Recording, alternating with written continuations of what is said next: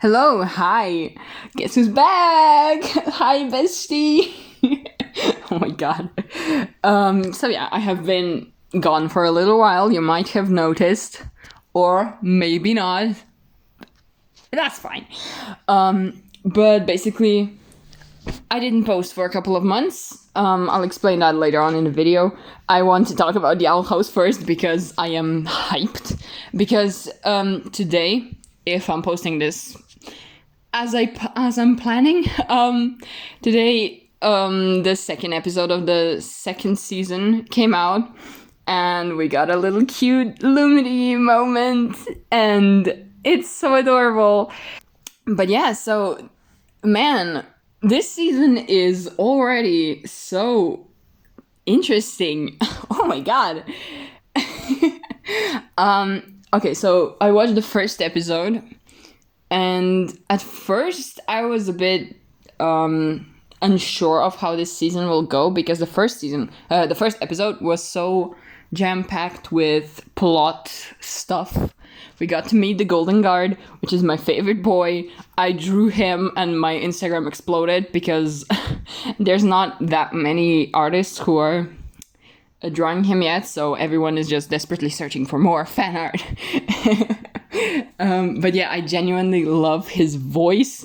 I love his personality. I can't wait to see more of him so we can know more about him. This is so exciting. This is genuinely one of my favorite shows I've ever watched. Obviously, Gravity Falls is high up there, and I mean, come on, it's so good. I have zero bullet points or anything. I'm just rambling because I'm so excited. So I will probably talk about just random stuff through this entire video. Sorry for that. So yeah, in the first episode, we basically just got to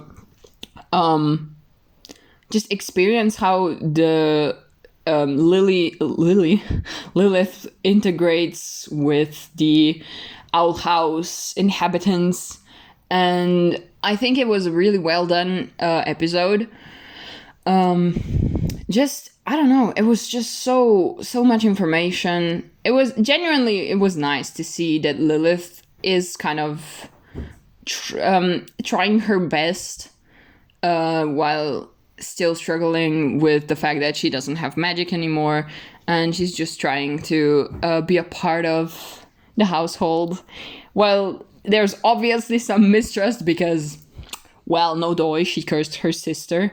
So, you know, that's kind of a bad thing to do, Lilith. Don't do that. Whoopsie. But yeah, and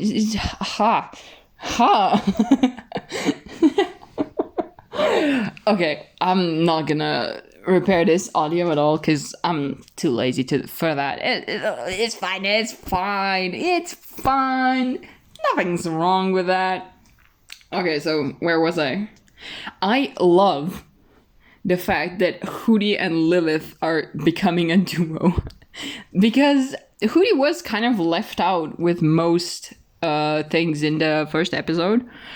And oh my god, they go surprisingly well along with one another, which is kind of funny. Like, how? Hooty's so loud and constantly wants to make friends, while Lilith is just secluded and very serious and just very like a loner type of person. But I guess that makes sense because Emperor's Coven seems to be very strict on rules and, you know, friends are weakness and I don't know. We'll see. We'll see what happens with that. But I am just so glad that Lilith and Hooty are getting alone. Or should we say Hootzifer. Yay. Oh my god. I do also love that Luz and Ida had that little moment of Ida telling Luz that she's obviously not a burden. I relate to that way too hard because I often feel like that I'm just burdening everyone, and then I need to make it up to them just for for nothing really, and other people are just like, no, you don't have to do anything, like you did nothing. Just calm down. Yeah, I really relate to that. Anyways, I should probably talk a little bit more about the second episode, because oh my god, I did not expect that. I mean, okay, I'm gonna talk about the parents first, because I was freaking out the entire time they were on the screen. I love Alador. Alador is so funny. What the heck? I didn't expect him to be like so how would you call that? I don't know. I didn't expect him to be so like calm and not argumentative. I mean, I kind of expected Odalia to be the Karen mom. But I thought that he was gonna be just the same kind of person. Then again, that wouldn't make sense really, because usually parents aren't both really extreme. I mean, okay, I'm not excusing any of their behavior and them for being toxic, but they are incredibly endearing characters so far. I really want to learn more about them and why they, what their goal is, what they want. I mean, from what we heard, they want their children to be coven heads. Which, okay, yeah, makes sense, but like, they're not coven heads. Maybe they're trying to fulfill their own goals with that. I don't know. Also, what is a witch's lifespan? Because I know Principal Bump has 300 years until retirement. So, do witches live a lot longer than everyone? Because, I mean, what? Okay, I'm getting sidetracked. Anyways, Odalia. The design, great, love it. I love the floral vest, because that is such a mom thing. Why do moms love floral prints so much? I don't know, but it looks great. Also, no one expected her to be that thick, and everyone is freaking out, and I'm like, okay. Yeah, anyways. One thing I didn't expect with her design was that she was gonna have the same color hair as Amity.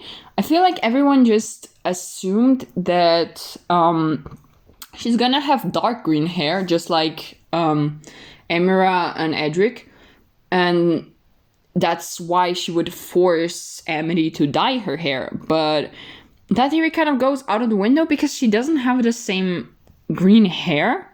Then again, I don't know how old she is, and maybe she is actually dyeing her hair as well, and she just chose a lighter color. I don't know. I don't remember what color the flash it was in the flashback. It was probably dark green, so maybe that's why. Anyways, yeah, she is a total Karen. I hate her for what she's doing, but at the same time, what's impressive with her is that she doesn't initially come off as that toxic, which usually in cartoons it's extremes portrayed in things, so you can understand better. But with Odalia, she seems so realistic. Like, that's definitely someone's mom that I known, and it's so bizarre, because it's not bizarre. It's so weird to see such a character that you could know in your own life, and it's like, oh my god, I know like 10 people who are like that and who are awful to their kids, but not in a way that is incredibly noticeable, and that's why the abuse and the toxicity gets unnoticed. And honestly, it's awful, but it's great character writing, and I absolutely love that. Like, amazing. I love it. Also, I love that Amity ends up standing up to her at the end of the episode, and there was one moment where Odalia is basically just wanting to punish Amity for her for that whole debacle that happens in the episode, but Alador stops her and it's basically like, bro, you promised to our brother. Brother? What is talking? You promised to our daughter that basically you made a promise, and it basically seems like he's like, yo, that's not our goal. our goal is to make our children successful. And she stops immediately and she's like, yeah, you're right, that's not our goal. So that was really interesting, because, you know, I mean, it makes sense, but that just makes it more intriguing. Like, why are they so hard on their kids? What happened? Do they have any ulterior motives? I don't know. It's so interesting. Also, we know now they're not in the Emperor's Coven. I don't know if that was known before, but I kind of assumed that maybe they would be. Because, you know, we kind of assume they're powerful.